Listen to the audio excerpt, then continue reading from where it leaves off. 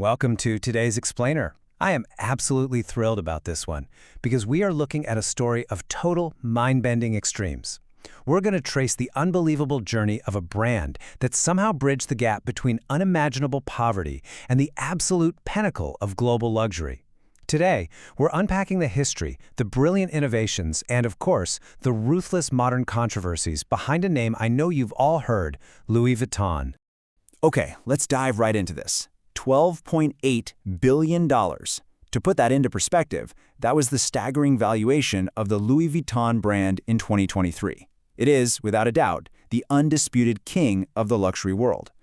But you know what makes this number truly unbelievable?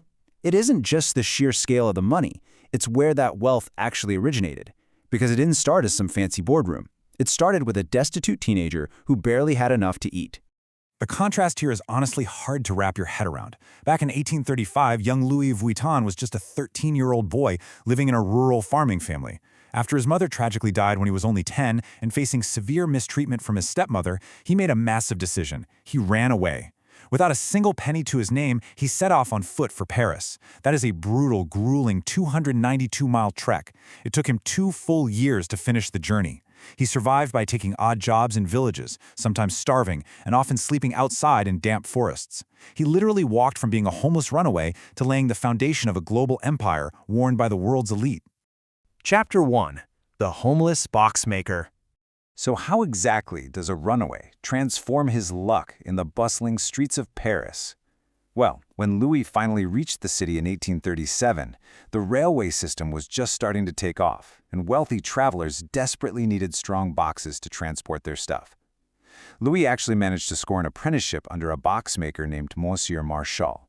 And he didn't just casually work there. He obsessed over the craft for 16 years. His immense dedication made him famous among the elite, eventually leading to a massive break in 1852. He was appointed as the personal boxmaker and packer for Empress Eugénie, the wife of Napoleon III. With that kind of royal backing, he opened his first shop in 1854, and in 1858, he brought all production in-house to maintain his incredibly strict quality control. Now, what's really interesting about this is how one super simple practical observation completely revolutionized luxury travel. Before Louis Vuitton, travel trunks were dome-shaped. They were made of heavy pigskin that cracked all the time, and the curved top was just designed so rain would run off them when they were strapped to the back of a horse carriage. But Louis noticed that on trains, these dome trunks were a total nightmare. They were super heavy, they rolled around everywhere, and you just couldn't stack them. So he invented the flat-top rectangular trunk. He ditched the pigskin entirely for a lightweight, durable, water-resistant gray fabric called Trianon canvas. Suddenly, trunks were lightweight, easily stackable, and perfectly suited for the modern train carriage. It was a geometric masterstroke that changed travel forever. And that practical innovation, it exploded into pure aspirational value. I mean, look at the clientele he started attracting. Global royalty was absolutely captivated. The Maharaja Jagatjit Singh of Kapurthala in India ordered 60 highly customized trunks specifically built just to hold his clothes, turbans, and swords. Maharaja Hari Singh of Jammu and Kashmir ordered 38 customized trunks in just 7 months for polo outfits and cigar storage. Even the Viceroy of Egypt was so impressed that his family eventually granted Louis Vuitton official royal supplier status. It was a total international sensation. Chapter 2. Designing Ultimate Exclusivity. As the empire grew, the torch was eventually passed down to the next generation. But with all that immense popularity came a massive problem for the wealthy: train robberies.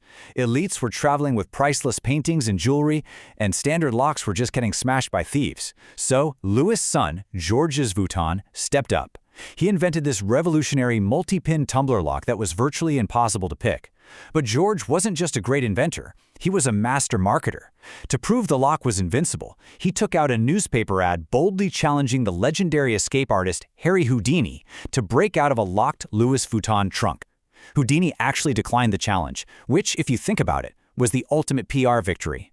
Immediately, the wealthy lined up to buy these trunks, knowing their valuables were finally safe. And this brilliantly illustrates how the brand protected itself not just from physical thieves, but from corporate ones. See, counterfeits were already flooding the market. So in 1896, Georges created the legendary LV monogram.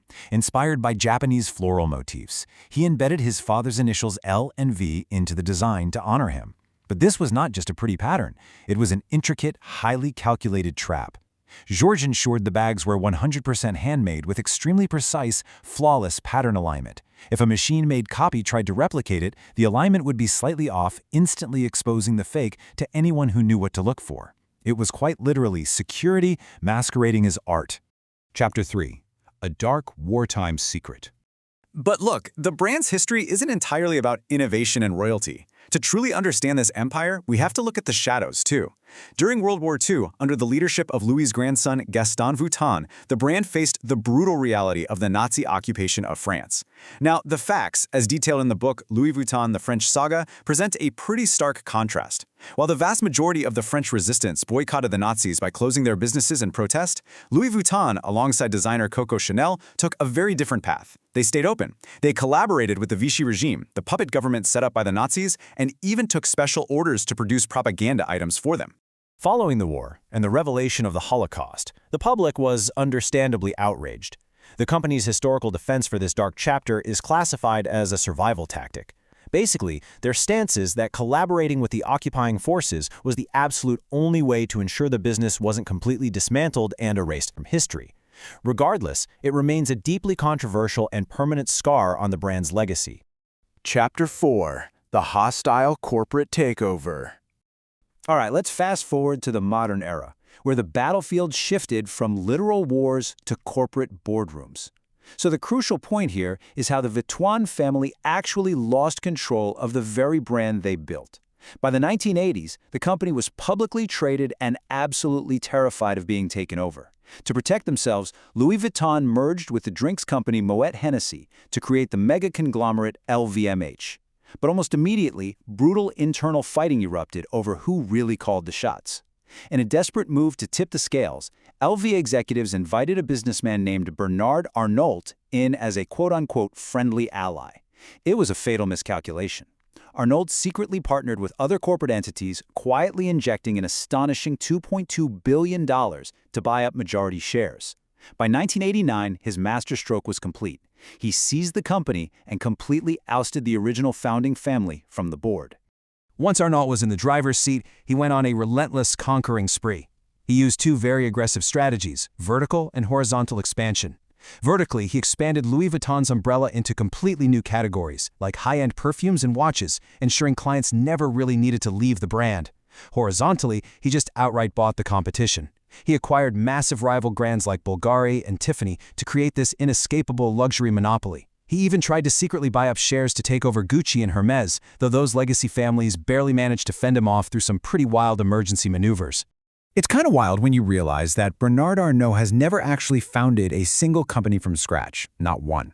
He is a conqueror of heritage brands, and this ruthless acquisition strategy has made him unfathomably wealthy.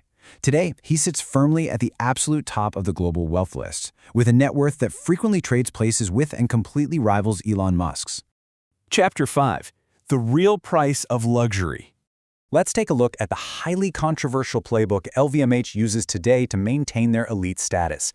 Louis Vuitton operates on strict psychological exclusivity. First off, they never, ever offer discounts. If you see a discounted LV bag somewhere, it's either fake or it's secondhand. Second, and this is highly controversial, they have a history of physically burning or destroying unsold stock. This artificially maintains scarcity, and historically it allowed them to reclaim import taxes, though it's worth noting, severe environmental pushback is finally forcing them to scale that practice back. Third, they exert intense political lobbying power. For instance, when entering India, LV's CEO held back-to-back meetings with government ministers for years until the law was literally changed, allowing foreign single-brand retailers to jump from 51% ownership to 100%. And honestly, when it comes to keeping up that apex image, they will pay literally anything for prime real estate. A staggering $51 million, that is the reported annual rent they pay just for their Hong Kong store alone. Whether it's $26 million in Paris or $14 million in Rome, they spare absolutely no expense to ensure their physical presence is exclusively in the world's most prestigious locations. But that perfectly manicured elite image has definitely faced some serious scrutiny. There's a major clash between their marketing and journalistic investigations. See, the brand aggressively markets a romantic myth. Artisan craftsmen in France undergoing years of training to hand-make every single item. However, an explosive report by The Guardian alleged a very different reality. The report claimed much of the mass production is actually outsourced to factories in Romania, where laborers were reportedly paid as little as $133 a month. The items are then shipped to France or Italy just for the final basic touches, exploiting a legal loophole to proudly stamp "Made in France" on the label. And the controversies don't stop at labor. Animal rights organization PETA has waged literal corporate warfare against the brand. After undercover investigations alleged the cruel extraction of skins from live crocodiles, snakes, and ostriches for LV bags, PETA didn't just protest outside the retail stores. In a truly disruptive tactic, PETA activists actively bought shares of LVMH stock. This legally granted them access to the elite, closed-door shareholder meetings, where they launched protests so intense that police actually had to be called in to physically remove them. Which kind of leaves us here looking back at a truly unbelievable journey. From a starving 13-year-old runaway walking through the forests of France to create honest, brilliant, problem-solving craftsmanship, all the way to a towering, ruthless corporate machine that dominates the globe through artificial scarcity and aggressive acquisitions. As you look at the empire Bernard Arnault commands today, I want to leave you with this final thought. In the modern world, is true luxury really about unparalleled craftsmanship, or is it simply the world's most successful psychological marketing trick? Thank you so much for joining me on this explainer. I really hope it gave you a whole new perspective on the empire of Louis Vuitton.